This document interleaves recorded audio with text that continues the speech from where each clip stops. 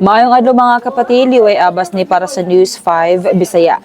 May buwelta ang palasyo sa pahayag ni Vice President Sara Duterte nga adunay kakulang sa preparasyon ang administrasyon batok sa posibleng epekto sa nagkagrabeng tensyon sa Middle East. Una nang giingon sa Vice Presidente nga wala kunoy makita nga konkretong lakang ang gobyerno. Bisan pa man sukad 2022, nadungog na ang hulga sa gyera sa rehiyon.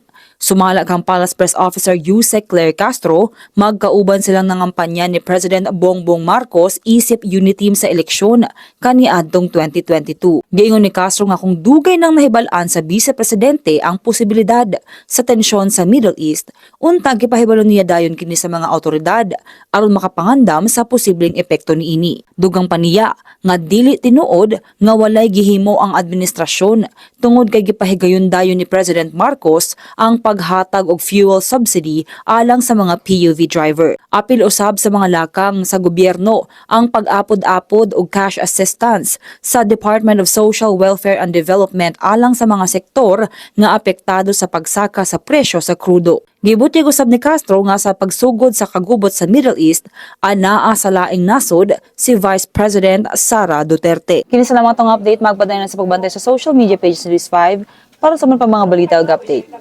Amping tangtanan.